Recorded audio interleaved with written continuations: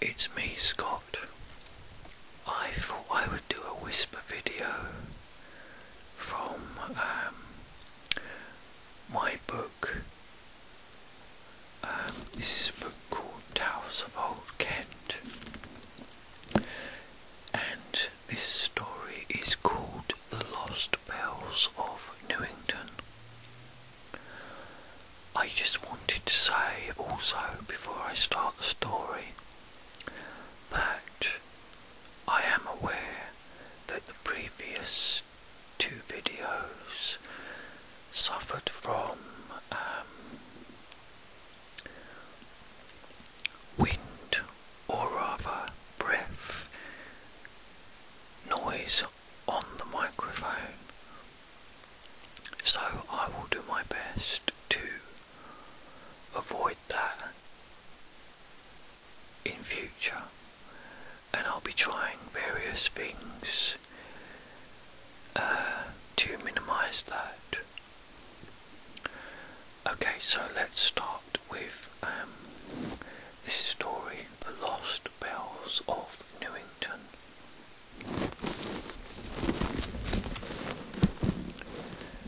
The village of Newington lies just off the A2 London to Dover Road near Sittingbourne, and is renowned for nothing very much apart from the tale that the devil once stole its church bells. This story originates several hundred years ago, when the bells in the tower of the church at Newington were in fact stolen. It seems quite likely that they were actually stolen by the church wardens, probably to be melted down and sold for the value of the scrap metal. But what village would want to be noted for its thieving church wardens?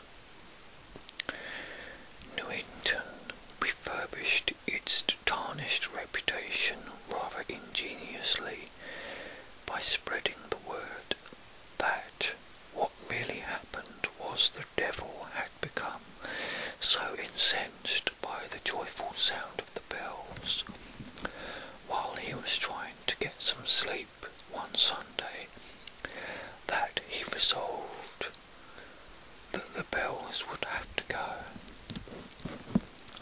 One night he took a sack and climbed up to the bell chamber, where he took down the bells and put them into the sack.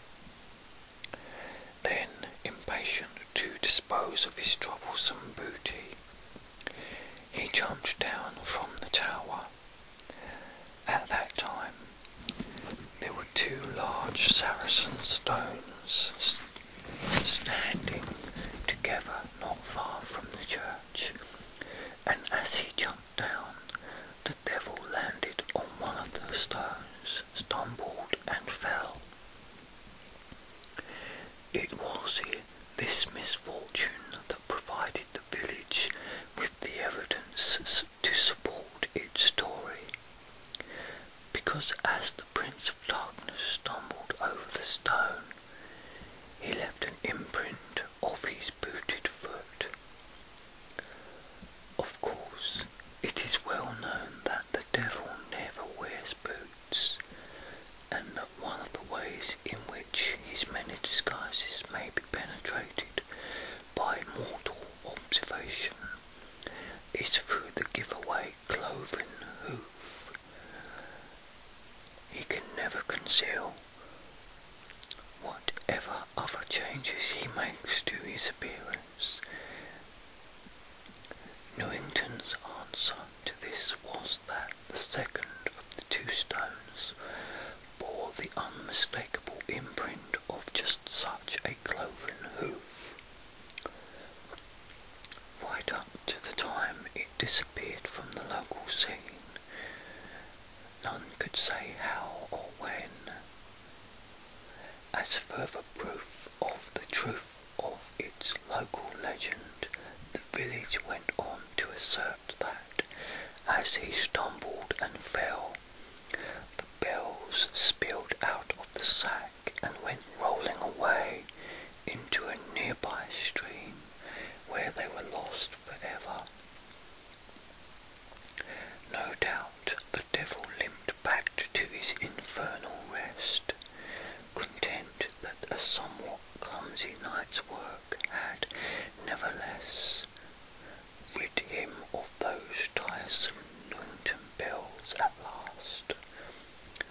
The good people of Newington, however, were loath to accept that their bells had gone for good. They consulted the local witch about the whole matter, and she told them that the bells would only be recovered if the stream was dragged by 4 pure white cows.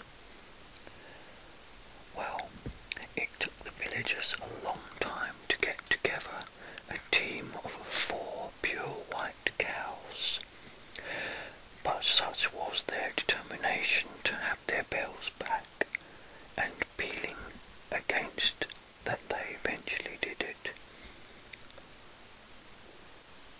And pealing again that they eventually did it. Help! They harnessed the animals to drag and set to work to recover their beloved bells. For some reason, though, it was not as easy as they had been led to suppose it would be. Over and over again, the drag caught on something below the surface of the stream and began to pull it up.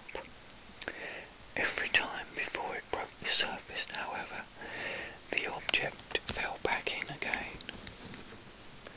The villagers were quite convinced that they were close to success, and they could not understand why their efforts were being thwarted in this way. At last a small boy, who had been standing on the bank of the stream watching, drew attention to the fact that he alone had noticed the cows were not pure white all over, as the witch had said they must be.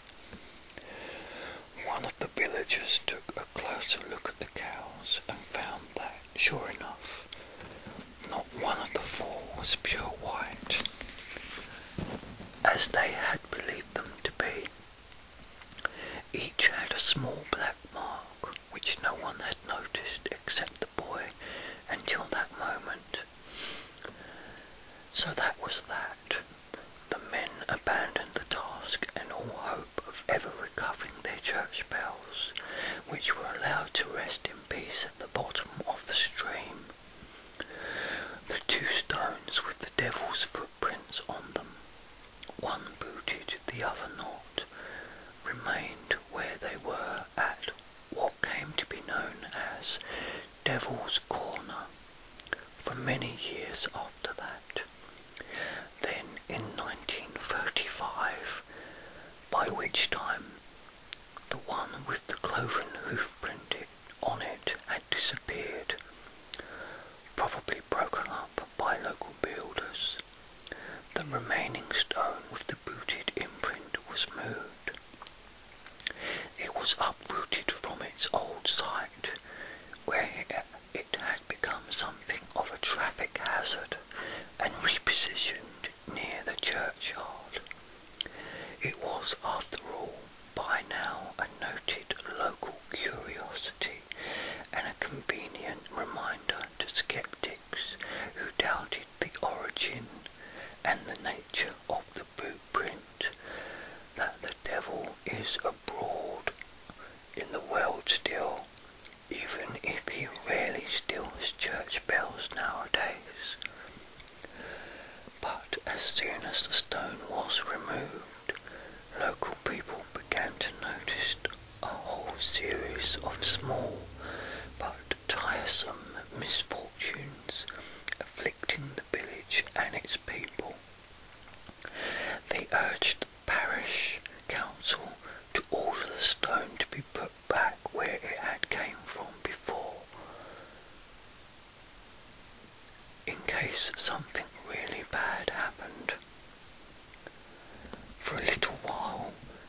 was quite a local to-do about it, but the parish councillors took a worldly view of the whole matter, and, after a while, Newington settled down again, and was no more unfortunate than any other village.